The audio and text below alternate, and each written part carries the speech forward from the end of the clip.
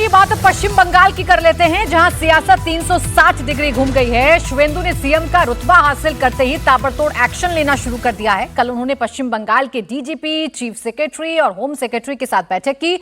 Meeting emergency थी क्योंकि कल ही वो सीएम बने थे, लिहाजा सबसे 1-to-1 करना चाहते थे। कल यानी सोमवार को भी शुवेंदु काफी एक्टिव रहने वाले हैं। शाम 5 बजे सचिवालय नबन्ना में हाई लेवल मीटिंग करेंगे।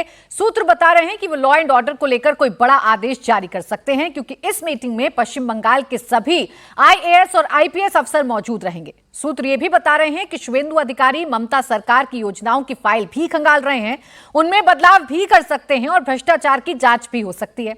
इधर दीदी को अब विरोधियों की याद आ गई है। जब तक सत्ता में थी, बंगाल का किला संभालने में जुटी थी। जैसे ही बीजेपी ने ममता को सत्ता से दूर किया, अब अपने लोगों की याद आने लगी। वो अपने लोग जिन्हें वक्त रहते दीदी ने अपने विरोधी करार दे दिया था। दीदी अब उन सबको एकजुट करने की बात कर रही हैं।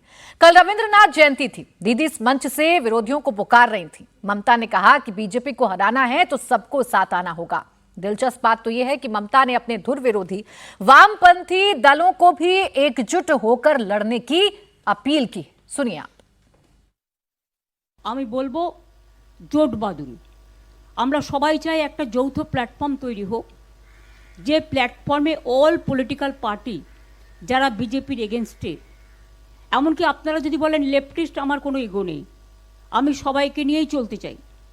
এবং আজকে যা অবস্থা, বিজেপিকে যদি রুখতে হয়, লেফটিস্ট সবাইকে, আল্ট্রা লেফট সবাইকে, আমাদের তৃণমূল কংগ্রেস আমরা কথা দিচ্ছি, ন্যাশনাল পার্টি সবাইকে, যার যতটুকু শক্তি আছে, দিল্লিতেও যেমন আমরা লড়াই করব, তেমনি বাংলাতেও আসুন আমরা জোট বাঁধি।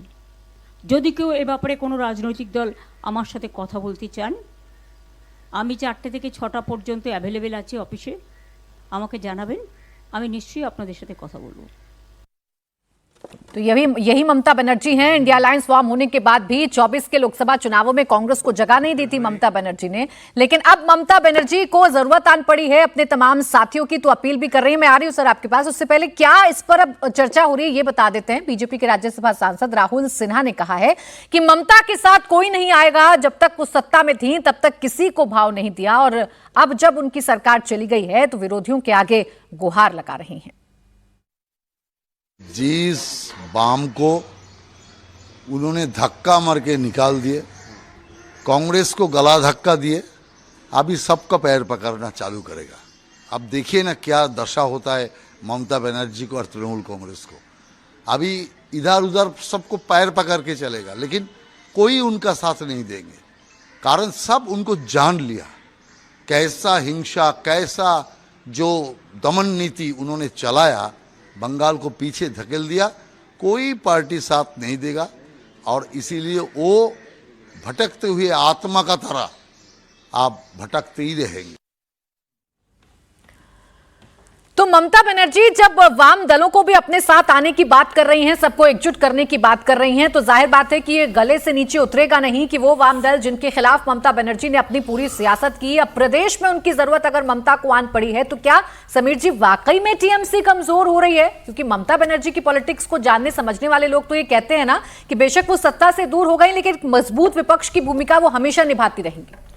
देखिए, ममता बनर्जी बंगाल में सिर्फ कमजोरी नहीं हुई, ममता बनर्जी को टूट का डर भी सता रहा है। 80 विधायक ममता बनर्जी के साथ है, और ममता बनर्जी को लग रहा है कि जिस तरीके से मैं चुनाव हो रही है और भारतीय जनता पार्टी के साथ लोगों का समर्थन मिला है, कहीं ऐसा ना हो कि लोकसभा के मेरे 29 सांसदों में से कुछ सांसद चले जाए, राज्यसभा के मेरे जो 13 सांसद है उसमें से कोई सांसद बीजेपी के साथ चला जाए। तो ममता बनर्जी को डर है, और ये भी डर है कि कहीं कि कुछ विधायक मेरे साथ छोड़कर न चला जाए।